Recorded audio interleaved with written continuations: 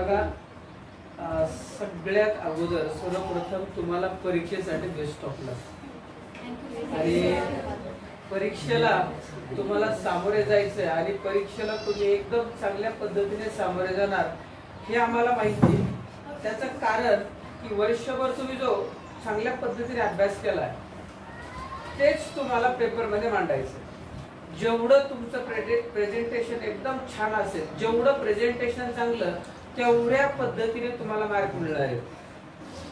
थोडा आठवण्याचा प्रयत्न करा की वर्षाच्या सुरुवातीला आपल्याला किती येत होतं आणि आता किती येत आहे। ज्यावेळेस इयत्ता 9वी तुम्ही पास झालात आणि 10वीला ज्यावेळेस तुम्ही शाळेमध्ये प्रवेश केला, 10वीच्या वर्गात बसल्यानंतर सगळ्यांच्या डोक्यावर एक टेन्शन होतं, मला अभ्यास करायचा, 10वी खूप अवघड असतं, खूप अवघड असतं। आणि होतं काय, आमच्या घरच्यांचंही प्रेशर असतं, 10वीला मार्क पाडायचे, 10वीला मार्क पाडायचे। अरे 10वीच नाही, 9वी तेवढंच महत्वाचं आहे। पण आम्हाला 9वीला कधीही घरच्यांनी सांगितलं नाही की खूप महत्वाचं आहे, खूप महत्वाचं आहे। डायरेक्ट कितवीला सांगितलं, 10वी। त्याच्यामुळे तुम्हाला टेन्शन येतं, प्रेशर असतं। पण लक्षात ठेवा, 10वी जेवढं महत्वाचं आहे तेवढं 9वी होतं, तेवढंच 11वी सुद्धा आहे। आणि मग तुम्हाला ह्या ठिकाणी 10वीला प्रवेश घेतल्यानंतर तुम्ही हळूहळू अभ्यास केला आणि वर्ष कसं निघून गेलं हेही कळलं नसेल, वर्ष कसं निघून गेलं असेल हे सुद्धा लक्षात आलं नसेल। त्याचं कारण वर्षभर तुम्ही अभ्यास करत होता आणि ज्याने प्रामाणिकपणे अभ्यास केला त्याला नक्कीच चांगले मार्क मिळणार आहेत, अतिशय उत्कृष्ट मार्क मिळणार आहेत। आता आमच्या मनामध्ये एक भीती असते, समाज काय म्हणेल, मी पुढे बोलायला, मी सांगितलं मुलांना कुणीतरी समोर जाऊन बोला। पण आम्ही विचार नेहमी निगेटिव्ह करतो का, मी कसा बोलेल आणि मला समोर गेल्यानंतर काय होईल हाच आम्ही विचार करतो। बरोबर सूरज, अमृत, आमचा विचार थोडा पॉझिटिव्ह ठेवा। आणखी तुम्हाला सांगतो, विचार तुम्ही जेवढा पॉझिटिव्ह ठेवता तेवढा तुम्हाला फायदा आहे। आता ह्याच्यामध्ये एक तरी मुलगा तुम्ही समोर येऊन विचार 1 मिनिटाचे, अर्ध्या मिनिटाचे मांडायला पाहिजे होते। आणखी तुम्हाला सांगतो, तुम्हाला 11वीला जायचं, 11वीला गेल्यानंतर तुम्हाला स्टेजवर कधी संधी मिळणार नाही। कशी मिळणार नाही, जो स्वतः जाईल त्याला संधी आहे।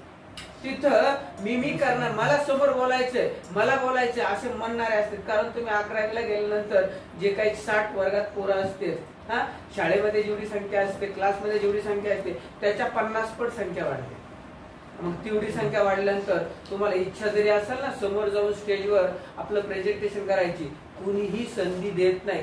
ज्याचं अत्यंत उत्कृष्ट प्रेझेंटेशन असेल, अतिशय चांगल्या पद्धतीने जो मांडणी करतो त्याला संधी मिळते। म्हणून लक्षात ठेवा, आज आणखी तुम्हाला संधी आहे। ज्या ठिकाणी संधी मिळेल त्या ठिकाणी तुम्ही ती संधी सोडू नका। असंच नाही, बोलण्याची नाही, अभ्यास करण्याची, बोलण्याची, समाजामध्ये फिरण्याची, एखाद्या ठिकाणी नाव तुम्हाला स्वतःच प्रूफ करण्याची संधी सोडू नका। घरामध्ये सुद्धा तुम्ही एकदम व्यवस्थित आपण आहोत ह्याची त्या ठिकाणी घरच्यांना दाखवून द्या। आता परीक्षेमध्ये तुम्हाला मार्क पेपर लिहायचे, पेपर लिहित असताना सगळ्यात महत्वाची एक गोष्ट, प्रत्येक प्रश्न सिरियलनी सोडवा। पहिला प्रश्न घेतल्यानंतर पहिल्या प्रश्नातला अ असेल किंवा ए असेल, बी असेल, त्याच पद्धतीने सोडवा।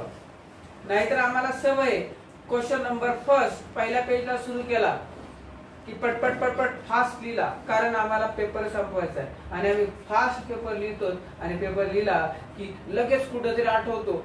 पहिल्यातला एक लिहिला, बाकीचे 2-3 सोडवायचे असतात, एक लिहिला की दुसरा लगेच आठवतो, नाही दुसरा खूप सोपा आहे, लगेच दुसरा नंबर टाक त्याच्यावर, ओके क्वेश्चन नंबर 2 खाली लगेच सुरू।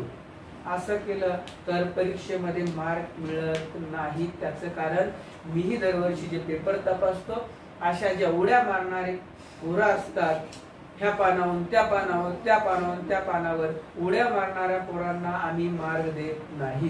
कारण पेपर तपासताना ह्या ठिकाणी 300 पेपर तपासायचे असतात आणि एवढ्या उड्या मारल्या तर पेपर तपासायला खूप कठीण जातं। कारण अर्धा मार्क द्यावा लागतो। किती अर्धा अर्धा मार्क द्यावा लागतो आणि तो अर्धा परत खाली घ्यावा लागतो, परत वर मांडावा लागतो. आणि एवढे कुटाने जर आम्हाला करायचे आणि त्यात जर तुम्ही उड्या मारल्या तर मार्क मिळत नाही. लक्षात ठेवा, अजिबात मार्क मिळत नाही. पेपर लिहिताना सिरियल पणाच असायला हवा, उड्या मारू नका. एखादा क्वेश्चन येत नसेल त्याच्यासाठी जागा सोडा. तुम्ही परीक्षेमध्ये खूप पैसे दिले, तुम्ही परीक्षा फीस भरली, 1 2 3 4 पुरवण्या लागू द्या. तुम्ही जेवढ्या पुरवण्या लागतात तेवढ्या पुरवण्या तुम्हाला त्या ठिकाणी मिळतील. मग पेपर मध्ये प्रेझेंटेशन अतिशय चांगलं ठेवा.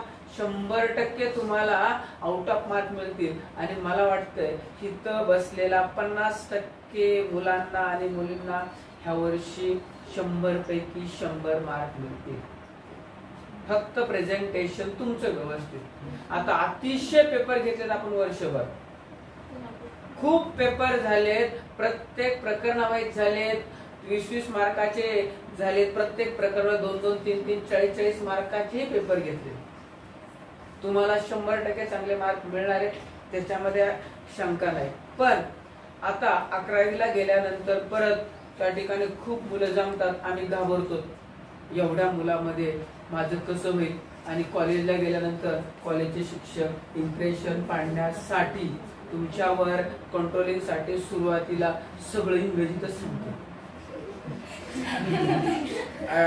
सगळं इंग्रजी सांगतात, मराठी बोलतच नाही 2-4 दिवस. त्यांना मराठीतच शिकवायचं असतं, पण पहिले 4 दिवस ते कशात बोलते. मग तुम्हाला वाटतं सर लय हुशार आहे, सर लय हुशार आहे आणि मला काहीच येत नाही. हा प्रश्न असतो. तुम्हाला हा अनुभव कॉलेजला गेल्या येणार आहे. तुम्हाला पहिले 8 दिवस सगळे शिक्षक तास तर रेग्युलर होणार. पहिले 8 दिवस, किती दिवस? पहिले 8 दिवस होणार. आणि सगळे आले की इंग्रजीमध्ये आले की पटपट नाव टाकणार आणि फाट इंग्रजी सांगणार. आणि मग आमचा पहिल्या 8 दिवसात कॉन्फिडन्स होतो हिथं असतो, डायरेक्ट खाली येतो. तिथेही सरांना कंटिन्यू इंग्रजीमध्ये कधीच बोलू शकत नाहीत, पण ते 8 दिवस बोलतात. का? तुमच्यावर त्या ठिकाणी कंट्रोलिंग करायचं असतं. आणि मग हे लक्षात ठेवा. मग तिथं गेल्यानंतर पहिल्या 8 दिवसात तुम्ही तुमचा कॉन्फिडन्स लूज करू नका, स्वतःवर विश्वास ठेवाच. तुमचा जर तिथं पहिल्या 8 दिवसात कॉन्फिडन्स लूज झाला की म्हणा, मग मात्र तुम्हाला मार्क मिळत नाही. आम्ही असंच 11वीला गेलो होतो, तर त्या ठिकाणी 8 दिवस नुसतं इंग्रजी. आता तरी तुम्हाला सेमी आहे. आम्हाला इंग्रजी ट्रँगलला, त्रिकोणाला काय म्हणते हेही माहित नव्हतं. काय म्हणते ट्रँगल हे माहित नव्हतं, कारण आमचं शिक्षण सगळं मराठीत आणि तिथं सगळं इंग्रजीत बोलल्यानंतर आम्ही पहिले 3 महिने तर आम्ही त्या ठिकाणी फायबल होतो. ठेवावं का आर्ट घ्यावं, सायन्स ठेवावं का आर्ट घ्यावं हे झालं. पण 8 दिवस पहिले आवड गेले, 3 महिने आवड गेल्यानंतर मात्र सगळ्या गोष्टी एकदम व्यवस्थित समजायला लागल्या. कारण त्या ठिकाणी ते इंग्रजी सांगत होते, जे आम्ही शिकलो होतो शाळेत तेच होतं. पण होतं काय, ते इंग्रजीत सांगत होते आणि आम्ही आमचा कॉन्फिडन्स लूज केला होता. माझा म्हणजे आमच्या वर्गातल्या सगळ्यांचा. आणि तुमचे ते होणारे कॉन्फिडन्स लूज होऊ देऊ नका, लक्षात ठेवा पहिली गोष्ट. आणि लोक काय म्हणतील ह्याला आम्ही सगळ्यात जास्त घाबरतो. शेजारी काय म्हणते, मार्क कमी आले की शेजारी काय म्हणते.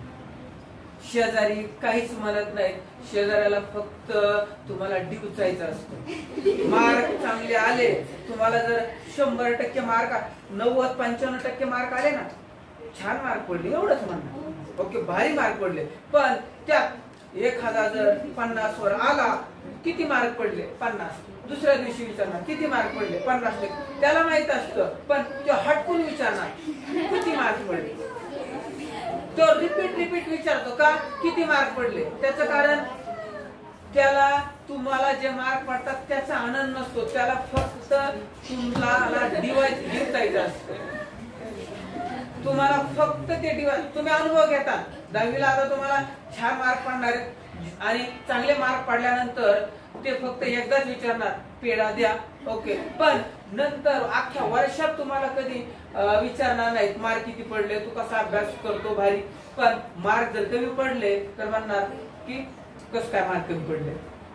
कस काय मार्क कमी पडले? आता तो आलता का आपला अभ्यास करायला? सांगा बरं. शेजाऱ्याने कधी वर्षभर अभ्यासाला बसवलं का? पण तो विचारतो का? त्याला तुमची बद्दल आदर नसतो, फक्त डिवचायचं असतं. समाजाचं असंच असतं. 11वीला गेल्यानंतर तुम्हाला लक्षात येईल अशाच गोष्टी तुम्हाला सामोरे जाऊ. फॉर एक्झाम्पल, आता विमानाचा शोध लावला, कुणी लावला रे? राईट बंधूंनी. हे तुम्हाला माहिती.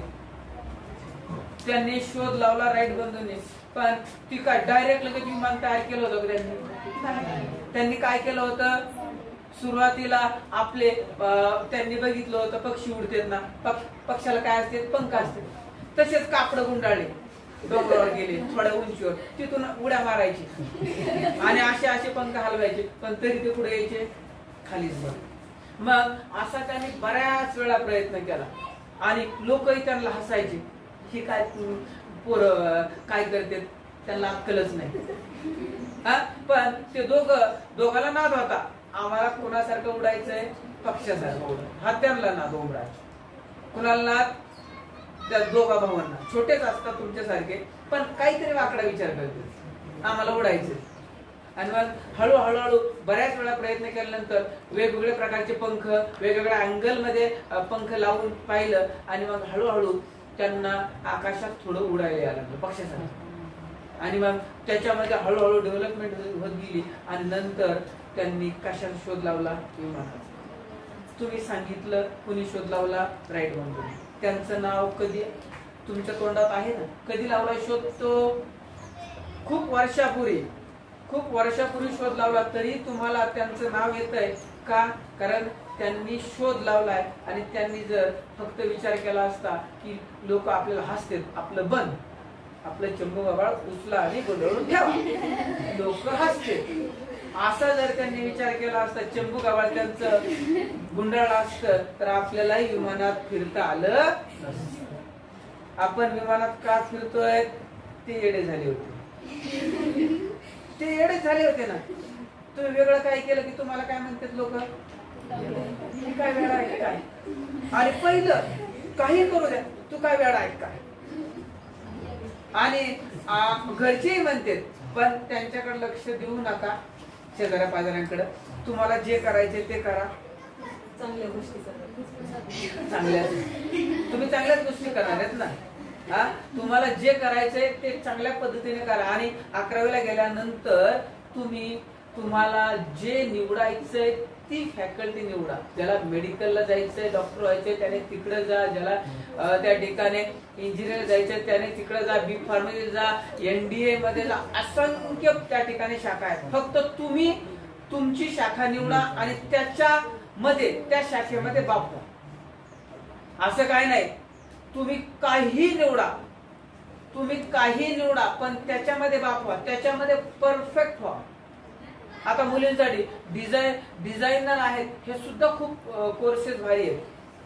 ज्याला मेडिकल वगैरे जायचं नसेल त्यांनी, पण जे निवडायचे ते अतिशय चांगल्या पद्धतीने निवडा, हीच अपेक्षा आहे. आणखी तुम्हाला एक गोष्ट लक्षात ठेवा, 12वी मध्ये एकदा मिनिट मध्ये मार्क मिळाले तर तिथंच हार मानणार. एकदा नाही, दोनदा तुम्ही देऊ शकता, 3 वेळे देऊ शकता. आणि तुमच्या आयुष्याचे हे किती 3-4 वर्ष मी तर म्हणतोय. 11वी 12वी आणि नाही सक्सेस मिळालं तर आणखी एकदा रिपीट. फक्त 3 वर्ष जर तुम्ही अभ्यास केला प्रामाणिकपणे आणि एकदा का चांगल्या कोर्सला ऍडमिशन मिळालं की नंतर तुम्ही तुमची लाईफ सेट करू शकता. काहीच अडचण नाही, अजिबात अडचण येत नाही. फक्त तुम्हाला किती वर्ष अभ्यास करायचा? आता 3 वर्ष. आणि 10वी पर्यंत जो अभ्यास केला तसा अभ्यास आता नाही करायचा, त्याच्यापेक्षा डबल अभ्यास करायचा. कारण तिथं तरी आम्ही सांगतो अभ्यास कर. शाळेमधले शिक्षक सांगतात ग्रहपाठ नाही आणला तर छडी वगैरे मारतात, म्हणून तुम्ही तो ग्रहपाठ पूर्ण करत होते. कॉलेजला गेल्यानंतर तुम्हाला कुणी सांगणार नाही एक ग्रहपाठ लिहून आणणारे. तुम्हाला स्वतःलाच तुमचा अभ्यास करावा लागतो. हे लिहून आणा, ते करून आणा, नाही आलं तुम्हाला छड्या मिळतील असं कोणतंही प्रेशर कॉलेजला नसतं. त्याच्यामुळं आमच्या वर्गातले जवळपास 75% मुलं आणि मुली अभ्यासच करत नाही. ज्यानं 10वी पर्यंत अतिशय अभ्यास केलेला असतो ते किती टक्के अभ्यास करतात? फक्त 25%. त्याचं कारण सांगणारं कुणी नसतं. पण हे लक्षात ठेवा, कुणी सांगणार नसेल तर तुम्ही स्वतः तयार व्हा आणि स्वतः तयार होऊन मला काहीतरी करून दाखवायचंय ह्याचा विचार करा आणि अभ्यास करा. परीक्षेसाठी परत एकदा तुम्हाला बेस्ट ऑफ लक. आणि बोलायचं म्हणलं तर आम्हाला शाळेत थोडं बोलायचं सवय असते, त्याच्यामुळं आम्ही काय जास्त बोलत नाही. नाहीतर काय होतं की टाइम टेबल आम्हाला माहित असतो, तुमची ऐकण्याची किती क्षमता आहे. तुम्हाला परत एकदा परीक्षेमध्ये बेस्ट ऑफ लक आणि निगेटिव्ह थिंकिंग आयुष्यात ठेवू नका, हेच परत एकदा सांगतो आणि मी थांबतो. आणि